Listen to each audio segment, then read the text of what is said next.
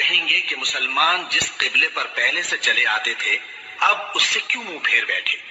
تم کہہ دو کہ مشرق اور مغرب سب اللہ ہی کا ہے، وہ جس کو چاہتا ہے سیدھے رستے پر چلاتا ہے، اور اسی طرح ہم نے تم کو امت معتدل بنایا ہے تاکہ تم لوگوں پر گواہ بنو اور پیغمبر آخر الزمان صلی اللہ علیہ وآلہ وسلم تم پر گواہ بنے۔ اور جس قبلے پر تم پہلے تھے اس کو ہم نے اس لیے مقرر کیا تھا کہ معلوم کریں کہ کون ہمارے پیغمبر کا تابع رہتا ہے اور کون الٹے پاؤں پھر جاتا ہے۔ اور یہ بات یعنی تحویل قبلہ لوگوں کو گراں معلوم ہوئی، مگر جن کو اللہ نے ہدایت بخشی ہے وہ اسے گراں نہیں سمجھتے، اور اللہ ایسا نہیں کہ تمہارے ایمان کو یوں ہی ضائع کر دے۔ اللہ تو لوگوں پر بڑا مہربان ہے، صاحب رحمت ہے۔ اے پیغمبر صلی اللہ علیہ وآلہ وسلم، ہم تمہارا آسمان کی طرف منہ اٹھانا دیکھ رہے ہیں، سو ہم تم کو اسی قبلے کی طرف جس کو تم پسند کرتے ہو منہ کرنے کا حکم دیں گے۔ تو اپنا منہ مسجد حرام یعنی خانہ کعبہ کی طرف پھیر لو، اور تم لوگ جہاں ہوا کرو نماز پڑھنے کے وقت اسی مسجد کی طرف منہ کر لیا کرو۔ اور جن لوگوں کو کتاب دی گئی ہے وہ خوب جانتے ہیں کہ یہ نیا قبلہ ان کے پروردگار کی طرف سے حق ہے، اور جو کام یہ لوگ کرتے ہیں اللہ ان سے بے خبر نہیں۔ اور اگر تم ان اہل کتاب کے پاس تمام نشانیاں بھی لے کر آؤ تو بھی یہ تمہارے قبلے کی پیروی نہ کریں، اور تم بھی ان کے قبلے کی پیروی کرنے والے نہیں ہو، اور ان میں سے بھی بعض کے قبلے کے پیرو نہیں۔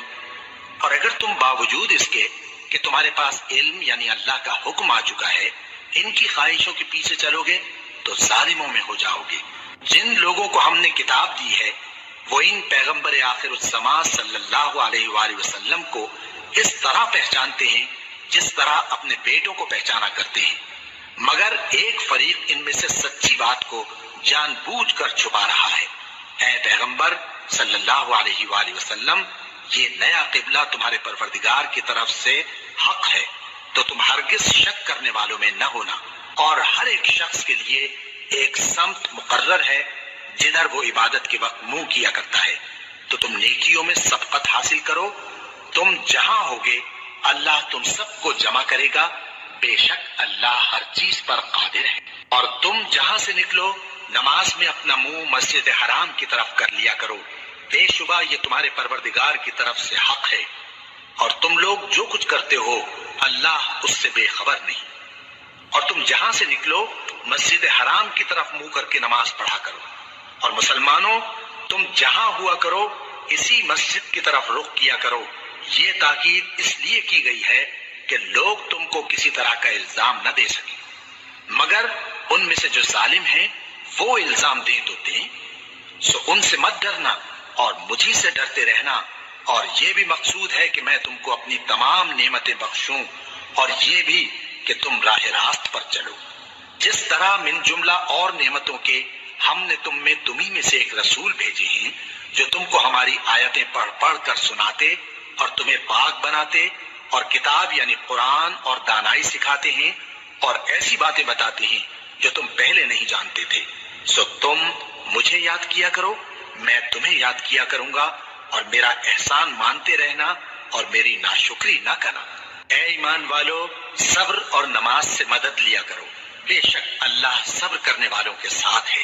اور جو لوگ اللہ کی راہ میں مارے جائیں ان کی نسبت یہ نہ کہنا کہ وہ مرے ہوئے ہیں، وہ مردہ نہیں بلکہ زندہ ہیں، لیکن تم کو شعور نہیں۔ اور ہم کسی قدر خوف اور بھوک اور مال اور جانوں اور میووں کے نقصان سے تمہاری آزمائش کریں گے، اور صبر کرنے والوں کو بشارت سنا دو کہ ان لوگوں پر جب کوئی مصیبت واقع ہوتی ہے تو کہتے ہیں کہ ہم اللہ ہی کا مال ہیں اور اسی کی طرف لوٹ کر جانے والے ہیں۔ یہی لوگ ہیں جن پر ان کے پروردگار کی عنایتیں ہیں اور خصوصی رحمت بھی ہے، اور یہی سیدھے رستے پر ہیں۔ بے شک کوہ صفا اور مروہ اللہ کی نشانیوں میں سے ہیں، تو جو شخص خانہ کعبہ کا حج یا عمرہ کرے اس پر کچھ گناہ نہیں کہ دونوں کے درمیان چکر لگائے، بلکہ یہ ایک نیک کام ہے، اور جو کوئی نیک کام کرے تو اللہ قدردان ہے، دانا ہے۔ جو لوگ ہمارے حکموں اور ہدایتوں کو جو ہم نے نازل کی ہیں کسی غرض فاسد سے چھپاتے ہیں، باوجود کہ ہم نے ان کو لوگوں کے سمجھانے کے لیے اپنی کتاب میں کھول کھول کر بیان کر دیا ہے۔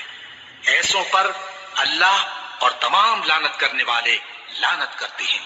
ہاں، جو توبہ کرتے ہیں اور اپنی حالت درست کر لیتے ہیں اور احکام الہی کو صاف صاف بیان کر دیتے ہیں تو میں ان کے قصور معاف کر دیتا ہوں، اور میں بڑا معاف کرنے والا، بڑا مہربان ہوں۔ جو لوگ کافر ہوئے اور کافر ہی مرے، ایسوں پر اللہ کی اور فرشتوں کی اور انسانوں کی سب کی لعنت، وہ ہمیشہ اسی لعنت میں گرفتار رہیں گے۔ ان سے نہ تو عذاب ہلکا ہی کیا جائے گا اور نہ انہیں کچھ مہلت ملے گی۔ اور لوگوں، تمہارا معبود ایک ہی معبود ہے، اس بڑے مہربان اور رحم والے کے سوا کوئی عبادت کے لائق نہیں۔ بے شک آسمانوں اور زمین کے پیدا کرنے میں اور رات اور دن کے ایک دوسرے کے پیچھے آنے جانے میں اور کشتیوں اور جہازوں میں جو سمندر میں لوگوں کے فائدے کے لیے روا ہیں، اور میں جس کو اللہ آسمان سے برساتا اور اس سے زمین کو اس کے مردہ ہو جانے کے بعد زندہ یعنی خشک ہو جانے کے بعد سرسبز کر دیتا ہے، اور زمین پر ہر قسم کے جانور پھیلانے میں اور ہواؤں کے چلانے میں اور بادلوں میں جو آسمان اور زمین کے درمیان گھرے رہتے ہیں، عقل مندوں کے لیے اللہ کی قدرت کی نشانیاں ہیں۔ اور بعض لوگ ایسے ہیں جو غیر اللہ کو اللہ کا شریک بناتے اور ان سے اللہ کی سی محبت کرتے ہیں، لیکن جو ایمان والے ہیں وہ تو اللہ ہی کے سب سے زیادہ دوستدار ہیں۔ اور اے کاش ظالم لوگ جو بات عذاب کے وقت دیکھیں گے اب دیکھ لیتے کہ سب طرح کی طاقت اللہ ہی کو ہے، اور یہ کہ اللہ سخت عذاب کرنے والا ہے۔ اس دن کفر کے پیشوا اپنے پیروں سے بیزاری ظاہر کریں گے اور دونوں عذاب الہی دیکھ لیں گے اور ان کے آپس کے تعلقات منقطع ہو جائیں گے۔ یہ حال دیکھ کر پیروی کرنے والے حسرت سے کہیں گے کہ اے کاش ہمیں پھر دنیا میں جانا نصیب ہو، تاکہ جس طرح یہ ہم سے بیزار ہو رہے ہیں اسی طرح ہم بھی ان سے بیزار ہوں۔ اس طرح اللہ ان کے اعمال حسرت بنا کر دکھائے گا اور وہ دوزخ سے نکل نہیں سکیں گے۔ لوگوں، جو چیزیں زمین میں حلال طیب ہیں وہ کھاؤ، اور شیطان کے قدموں پر نہ چلو، وہ تمہارا کھلا دشمن ہے۔ وہ تو تم کو برائی اور بے حیائی ہی کے کام کرنے کو کہتا ہے، اور یہ بھی کہ اللہ کی نسبت ایسی باتیں کہو جن کا تمہیں کچھ بھی علم نہیں۔ اور جب ان لوگوں سے کہا جاتا ہے کہ جو کتاب اللہ نے نازل فرمائی ہے اس کی پیروی کرو، تو کہتے ہیں نہیں، بلکہ ہم تو اسی چیز کی پیروی کریں گے جس پر ہم نے اپنے باپ دادا کو پایا۔ بھلا اگرچہ ان کے باپ دادا نہ کچھ سمجھتے ہوں اور نہ سیدھے راستے پر ہوں، تب بھی وہ انہی کی تقلید کیے جائیں گے۔ جو لوگ کافر ہیں ان کی مثال اس شخص کی سی ہے جو کسی ایسی چیز کو آواز دے جو پکار اور آواز کے سوا کچھ سن نہ سکے۔ یہ بہرے ہیں، گونگے ہیں، اندھے ہیں کہ کچھ سمجھ ہی نہیں سکتے۔ اے اہل ایمان، جو پاکیزہ چیزیں ہم نے تم کو عطا فرمائی ہیں ان کو کھاؤ، اور اگر اللہ ہی کے بندے ہو تو اس کی نعمتوں کا شکر بھی ادا کرو۔ اس نے تو تم پر بس مرا ہوا جانور اور لہو اور سور کا گوشت اور جس چیز پر اللہ کے سوا کسی اور کا نام پکارا جائے حرام کر دیا ہے۔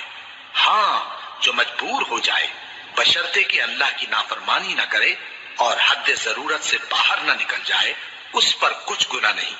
بے شک اللہ بخشنے والا ہے، رحم کرنے والا ہے۔ جو لوگ اللہ کی کتاب سے ان آیتوں اور ہدایتوں کو جو اس نے نازل فرمائی ہیں چھپاتے اور ان کے بدلے تھوڑی سی قیمت یعنی دنیاوی منفعت حاصل کرتے ہیں، وہ اپنے پیٹوں میں محض آگ بھرتے ہیں۔ ایسے لوگوں سے اللہ قیامت کے دن نہ کلام کرے گا اور نہ ان کو گناہوں سے پاک کرے گا، اور ان کے لیے دکھ دینے والا عذاب ہے۔ یہ وہ لوگ ہیں جنہوں نے ہدایت چھوڑ کر، گمراہی اور بخشش چھوڑ کر عذاب خرید لیا۔ یہ آتش جہنم کی کیسی برداشت کرنے والے ہیں۔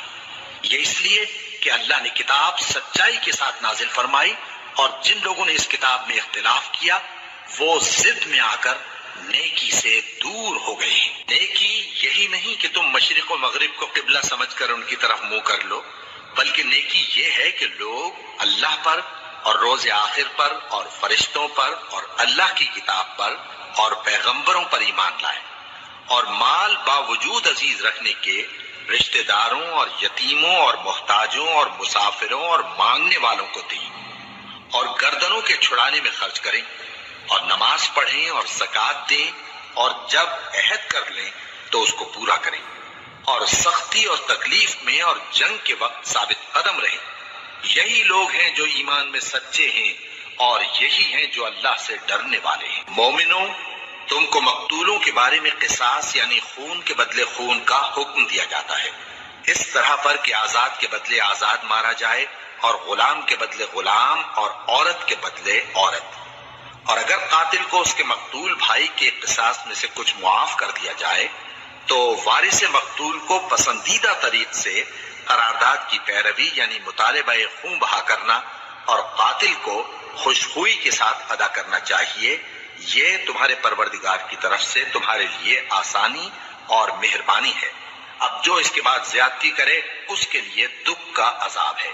اور اے اہل عقل، حکم قصاص میں تمہاری زندگانی ہے کہ تم قتل و خونریزی سے بچو۔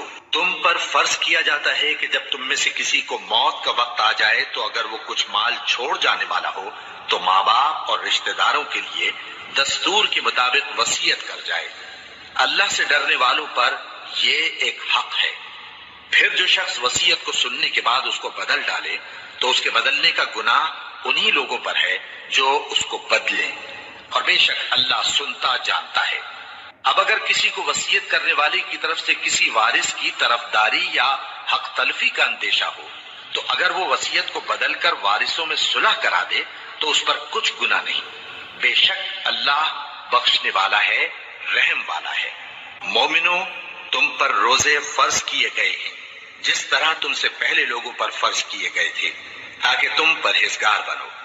روزوں کے دن گنتی کے چند روز ہیں، تو جو شخص تم میں سے بیمار ہو یا سفر میں ہو تو دوسرے دنوں میں روزوں کا شمار پورا کر لے۔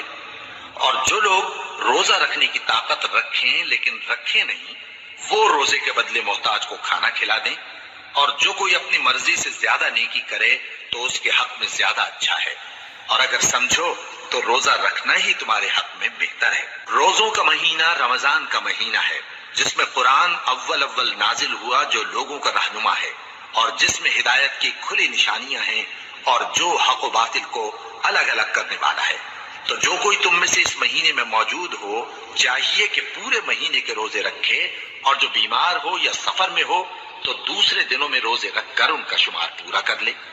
اللہ تمہارے حق میں آسانی چاہتا ہے اور سختی نہیں چاہتا، اور یہ آسانی کا حکم اس لیے دیا گیا ہے کہ تم روزوں کا شمار پورا کر لو، اور اس احسان کے بدلے کہ اللہ نے تم کو ہدایت بخشی ہے تم اس کو بزرگی سے یاد کرو اور اس کا شکر کرو۔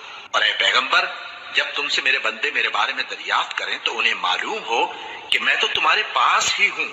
جب کوئی پکارنے والا مجھے پکارتا ہے تو میں اس کی دعا قبول کرتا ہوں، تو ان کو چاہیے کہ میرے حکموں کو مانیں اور مجھ پر ایمان رکھیں تاکہ نیک رستہ پائیں۔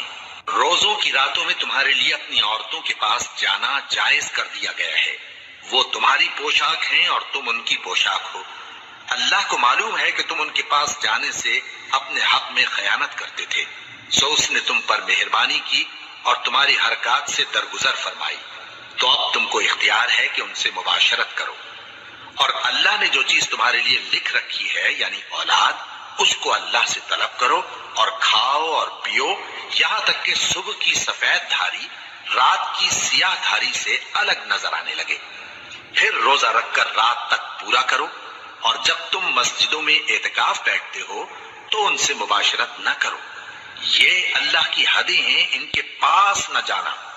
اسی طرح اللہ اپنی آیتیں لوگوں کے سمجھانے کے لیے کھول کھول کر بیان فرماتا ہے تاکہ وہ پرہیزگار بنے۔ اور آپس میں ایک دوسرے کا مال ناحق نہ کھاؤ اور نہ اس کو رشوتاً حاکموں کے پاس پہنچاؤ تاکہ لوگوں کے مال کا کچھ حصہ ناجائز طور پر کھا جاؤ، اور اسے تم جانتے بھی ہو۔ اے پیغمبر، لوگ تم سے نئے چاند کے بارے میں دریافت کرتے ہیں کہ گھٹتا بڑھتا کیوں ہے۔ کہہ دو کہ وہ لوگوں کے کاموں کی میعادیں اور حج کے وقت معلوم ہونے کا ذریعہ ہے، اور نیکی اس بات میں نہیں کہ احرام کی حالت میں گھروں میں ان کے پچھواڑے کی طرف سے آؤ، بلکہ نیکوکار وہ ہے جو پرہیزگار ہو، اور گھروں میں ان کے دروازوں سے آیا کرو اور اللہ سے ڈرتے رہو تاکہ کامیاب ہو جاؤ۔ اور جو لوگ تم سے لڑتے ہیں تم بھی اللہ کی راہ میں ان سے لڑو، مگر زیادتی نہ کرنا کہ اللہ زیادتی کرنے والوں کو دوست نہیں رکھتا۔ اور ان کو جہاں پاؤ قتل کر دو، اور جہاں سے انہوں نے تم کو نکالا ہے یعنی مکے سے، وہاں سے تم بھی ان کو نکال دو۔ اور دین سے گمراہ کرنے کا فساد قتل و خونریزی سے کہیں بڑھ کر ہے، اور جب تک وہ تم سے مسجد حرام یعنی خانہ کعبہ کے پاس نہ لڑیں تم بھی وہاں ان سے نہ لڑنا۔ ہاں اگر وہ تم سے لڑیں تو تم ان کو قتل کر ڈالو، کافروں کی یہی سزا ہے۔ پھر اگر وہ باز آ جائیں تو اللہ بخشنے والا ہے، رحم کرنے والا ہے۔ اور ان سے اس وقت تک لڑتے رہنا کہ فساد نابود ہو جائے اور ملک میں اللہ ہی کا دین غالب ہو جائے۔ پھر اگر وہ فساد سے باز آ جائیں تو ظالموں کے سوا کسی پر زیادتی نہیں کرنی چاہیے۔ ادب کا مہینہ ادب کے مہینے کے مقابل ہے، اور ادب کی چیزیں ایک دوسرے کا بدلہ ہیں۔ بس اگر کوئی تم پر زیادتی کرے تو جیسی زیادتی وہ تم پر کرے ویسی ہی تم اس پر کرو، اور اللہ سے ڈرتے رہو اور جان رکھو کہ اللہ ڈرنے والوں کے ساتھ ہے۔ اور اللہ کی راہ میں مال خرچ کرو اور اپنے آپ کو ہلاکت میں نہ ڈالو، اور نیکی کرو، بے شک اللہ نیکی کرنے والوں کو دوست رکھتا ہے۔ اور اللہ کی خوشنودی کے لیے حج اور عمرے کو پورا کرو، اور اگر راستے میں روک لیے جاؤ تو جیسی قربانی میسر ہو کر دو، اور جب تک قربانی اپنے مقام پر نہ پہنچ جائے سر نہ منڈاؤ۔ اور اگر کوئی تم میں بیمار ہو یا اس کے سر میں کسی طرح کی تکلیف ہو تو اگر وہ سر منڈا لے تو اس کے بدلے روزے رکھے یا صدقہ دے یا قربانی کرے۔ پھر جب تکلیف دور ہو کر تم مطمئن ہو جاؤ تو جو تم میں حج کے وقت تک عمرے سے فائدہ اٹھانا چاہے وہ جیسی قربانی میسر ہو کرے، اور جس کو قربانی نہ ملے وہ 3 روزے ایام حج میں رکھے اور 7 جب واپس ہو۔ یہ پورے 10 ہوئے۔ یہ حکم اس شخص کے لیے ہے جس کے اہل و عیال مکے میں نہ رہتے ہوں۔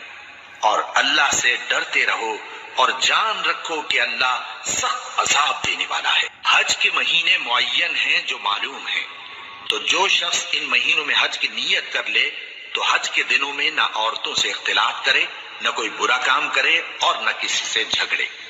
اور جو نیک کام تم کرو گے وہ اللہ کو معلوم ہو جائے گا۔ اور زاد راہ یعنی رستے کا خرچ ساتھ لے جاؤ، کیونکہ بہترین زاد راہ پرہیزگاری ہے۔ اور اے اہل عقل مجھی سے ڈرتے رہو، اس کا تمہیں کچھ گناہ نہیں کہ حج کے دنوں میں بذریعہ تجارت اپنے پروردگار سے روزی طلب کرو۔ اور جب عرفات سے واپس ہونے لگو تو مشعر حرام یعنی مزدلفہ میں اللہ کا ذکر کرو، اور اس طرح ذکر کرو جس طرح اس نے تم کو سکھایا، اور اس سے پیشتر تم لوگ ان طریقوں سے محض ناواقف تھے۔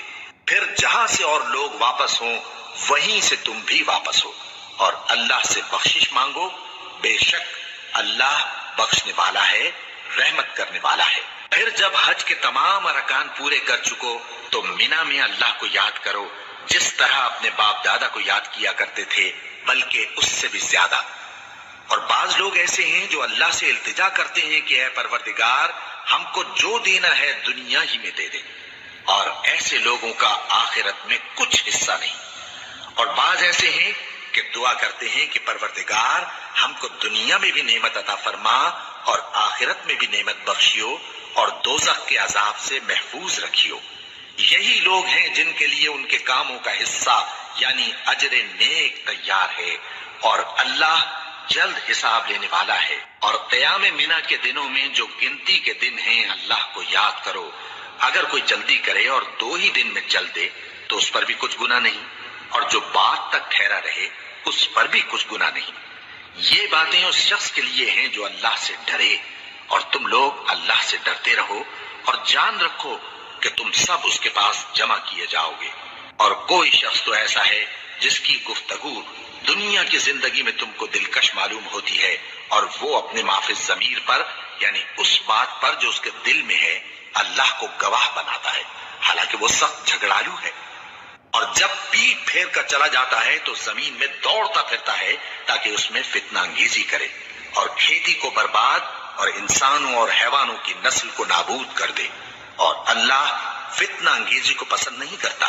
اور جب اس سے کہا جاتا ہے کہ اللہ سے خوف کر تو غرور اس کو گناہ میں پھنسا دیتا ہے، سو اس کو جہنم کافی ہے اور وہ بہت برا ٹھکانہ ہے۔ اور کوئی شخص ایسا ہے کہ اللہ کی خوشنودی حاصل کرنے کے لیے اپنی جان بیچ ڈالتا ہے، اور اللہ بندوں پر بہت مہربان ہے۔ مومنو، اسلام میں پورے داخل ہو جاؤ اور شیطان کے پیچھے نہ چلو، وہ تو تمہارا کھلا دشمن ہے۔ پھر اگر تم احکام روشن پہنچ جانے کے بعد لڑکھڑا جاؤ تو جان رکھو کہ اللہ غالب ہے، حکمت والا ہے۔ کیا یہ لوگ اسی بات کے منتظر ہیں کہ ان پر اللہ کا عذاب بادل کے سائبانوں میں آ نازل ہو اور فرشتے بھی اتر آئیں اور کام تمام کر دیا جائے؟ اور سب کاموں کا رجوع اللہ ہی کی طرف ہے۔ اے پیغمبر، بنی اسرائیل سے پوچھو کہ ہم نے ان کو کتنی کھلی نشانیاں دی، اور جو شخص اللہ کی نعمت کو اپنے پاس آنے کے بعد بدل دے تو اللہ سخت عذاب کرنے والا ہے۔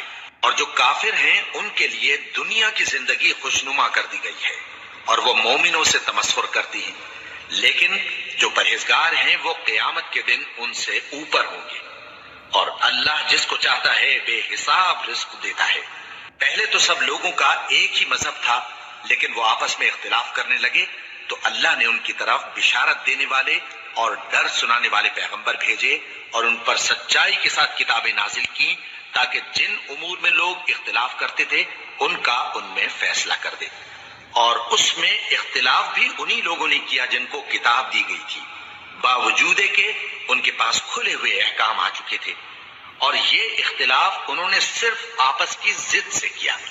تو جس امر حق میں وہ اختلاف کرتے تھے اللہ نے اپنی مہربانی سے مومنوں کو اس کی راہ دکھا دی، اور اللہ جس کو چاہتا ہے سیدھا رستہ دکھا دیتا ہے۔ کیا تم یہ خیال کرتے ہو کہ یوں ہی بہشت میں داخل ہو جاؤ گے، اور ابھی تم کو پہلے لوگوں کی سی مشکلیں تو پیش آئی ہی نہیں؟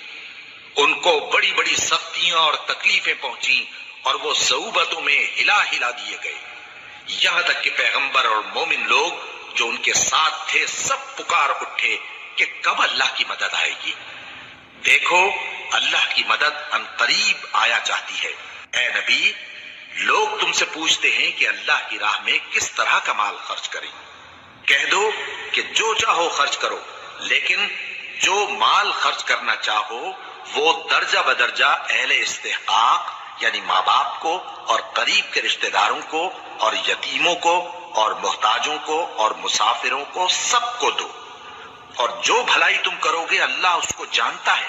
مسلمانوں، تم پر اللہ کے راستے میں لڑنا فرض کر دیا گیا ہے، اور وہ تمہیں ناگوار تو ہوگا، مگر عجب نہیں کہ ایک چیز تم کو بری لگے اور وہ تمہارے حق میں بھلی ہو، اور عجب نہیں کہ ایک چیز تم کو بھلی لگے اور وہ تمہارے لیے مضر ہو، اور ان باتوں کو اللہ ہی بہتر جانتا ہے اور تم نہیں جانتے۔ اے پیغمبر، لوگ تم سے عزت والے مہینوں میں لڑائی کرنے کے بارے میں دریافت کرتے ہیں۔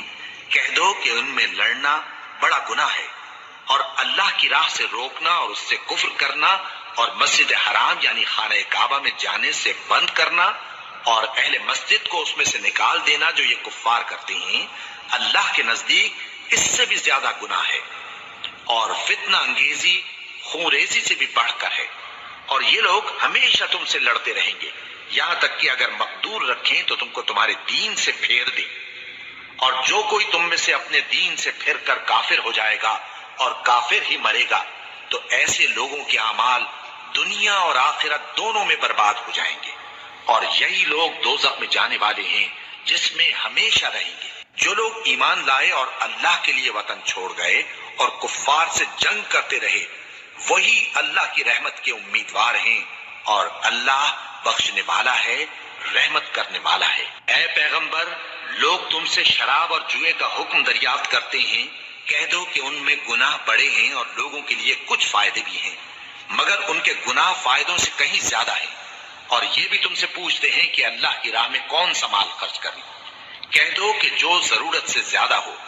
اس طرح اللہ تمہارے لیے اپنے احکام کھول کھول کر بیان فرماتا ہے تاکہ تم سوچو، یعنی دنیا اور آخرت کی باتوں میں غور کرو۔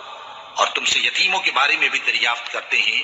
کہہ دو کہ ان کی حالت کی اصلاح بہت اچھا کام ہے، اور اگر تم ان سے مل جل کر رہنا یعنی خرچ اکٹھا رکھنا چاہو تو وہ تمہارے بھائی ہیں، اور اللہ خوب جانتا ہے کہ خرابی کرنے والا کون ہے اور اصلاح کرنے والا کون۔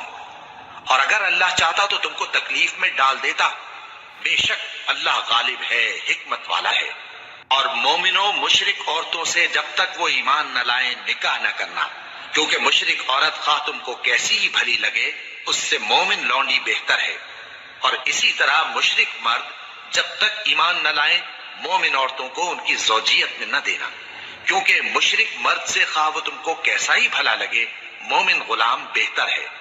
یہ مشرک لوگوں کو دوزخ کی طرف بلاتے ہیں اور اللہ اپنی مہربانی سے بہشت اور بخشش کی طرف بلاتا ہے اور اپنے حکم لوگوں سے کھول کھول کر بیان کرتا ہے تاکہ نصیحت حاصل کریں۔ اور تم سے حیض کے بارے میں دریافت کرتے ہیں، کہہ دو وہ تو نجاست ہے، سو ایام حیض میں عورتوں سے کنارہ کش رہو، اور جب تک وہ پاک نہ ہو جائیں ان سے مقاربت نہ کرو۔ ہاں جب وہ پاک ہو جائیں تو جس طریق سے اللہ نے تمہیں ارشاد فرمایا ہے ان کے پاس جاؤ، کچھ شک نہیں کہ اللہ توبہ کرنے والوں اور پاک صاف رہنے والوں کو دوست رکھتا ہے۔ تمہاری عورتیں تمہاری کھیتی ہیں، تو اپنی کھیتی میں جس طرح چاہو جاؤ، اور اپنے لیے نیک عمل آگے بھیجو اور اللہ سے ڈرتے رہو، اور جان رکھو کہ ایک دن تمہیں اس کے روبرو حاضر ہونا ہے۔ اور اے پیغمبر ایمان والوں کو بشارت سنا دو، اور اللہ کے نام کو اس بات کا ہیلہ نہ بنانا کہ اس کی قسمیں کھا کھا کر سلوک کرنے اور پرہیزگاری کرنے اور لوگوں میں صلح و سازگاری کرانے سے رک جاؤ، اور اللہ سب کچھ سنتا ہے جانتا ہے۔ اللہ تمہاری لغو قسموں پر تم سے مواخذہ نہیں کرے گا، لیکن جو قسمیں تم قصد دلی سے کھاؤ گے ان پر مواخذہ کرے گا، اور اللہ بخشنے والا ہے بردبار ہے۔ جو لوگ اپنی عورتوں کے پاس جانے کی قسم کھا لیں ان کو 4 مہینے تک انتظار کرنا چاہیے۔ اگر اس عرصے میں قسم سے رجوع کر لیں تو اللہ بخشنے والا ہے، مہربان ہے، اور اگر طلاق کا ارادہ کر لیں تو بھی اللہ سنتا ہے جانتا ہے۔ اور طلاق والی عورتیں 3 حیض تک اپنے تئیں روکے رہیں، اور اگر وہ اللہ اور روز قیامت پر ایمان رکھتی ہیں تو ان کو جائز نہیں کہ اللہ نے جو کچھ ان کے شکم میں پیدا کیا ہے اس کو چھپائیں، اور ان کے خاوند اگر پھر موافقت چاہیں تو اس مدت میں وہ ان کو اپنی زوجیت میں لے لینے کے زیادہ حقدار ہیں۔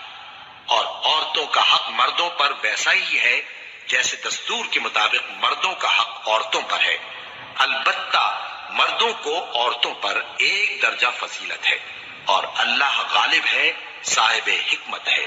طلاق صرف 2 بار ہے، یعنی جب 2 دفعہ طلاق دے دی جائے تو پھر عورتوں کو یا تو بطریق شائستہ نکاح میں رہنے دینا ہے یا بھلائی کے ساتھ چھوڑ دینا، اور یہ جائز نہیں کہ جو مہر تم ان کو دے چکے ہو اس میں سے کچھ واپس لے لو۔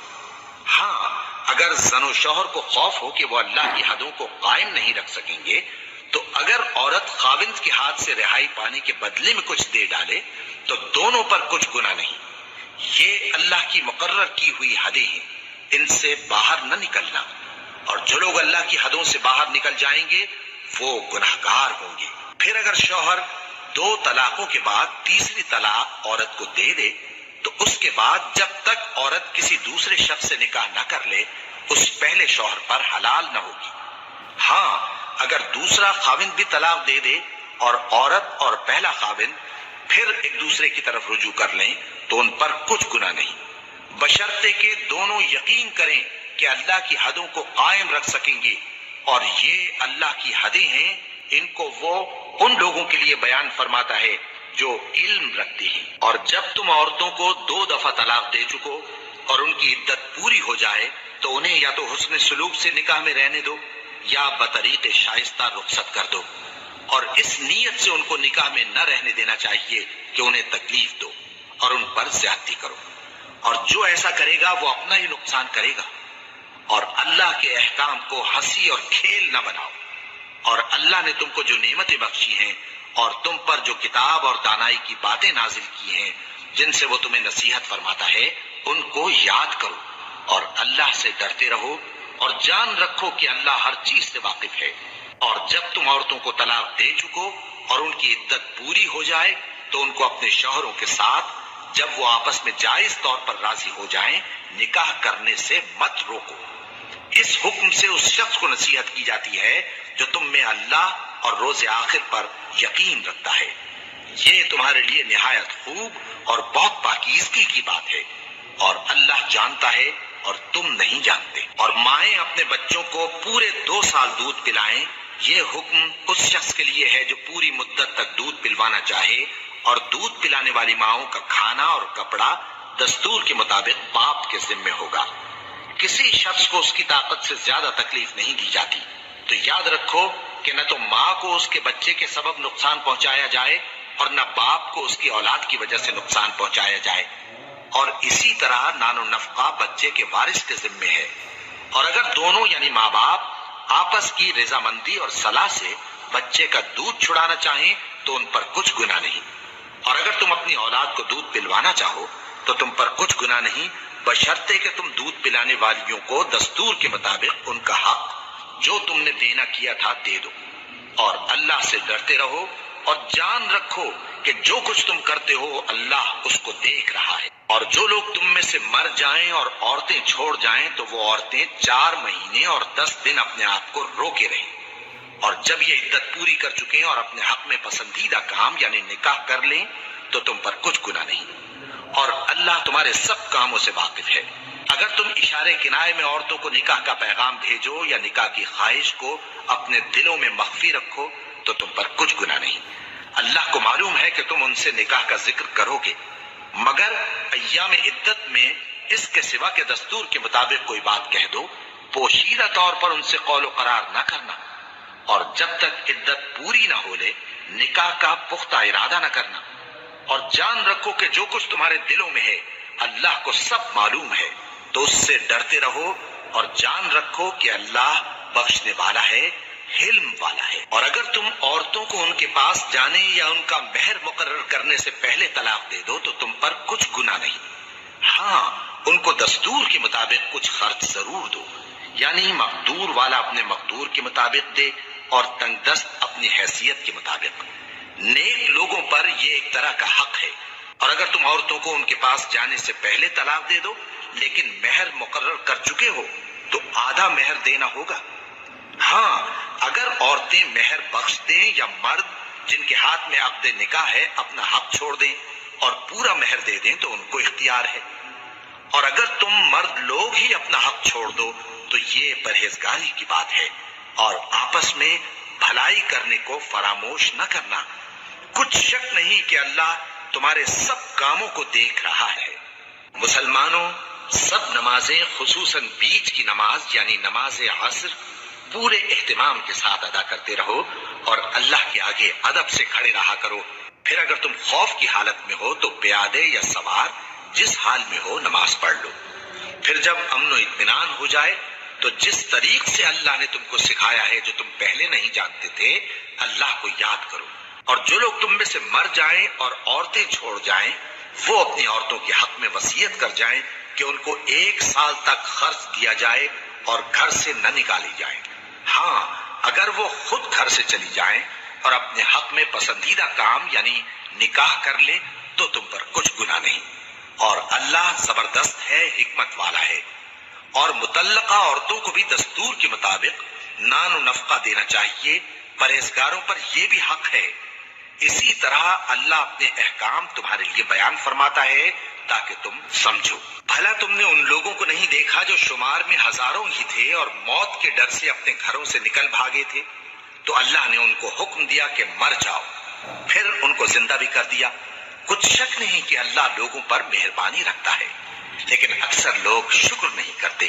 اور مسلمانوں، اللہ کی راہ میں جہاد کرو اور جان رکھو کہ اللہ سب کچھ سنتا ہے، سب کچھ جانتا ہے۔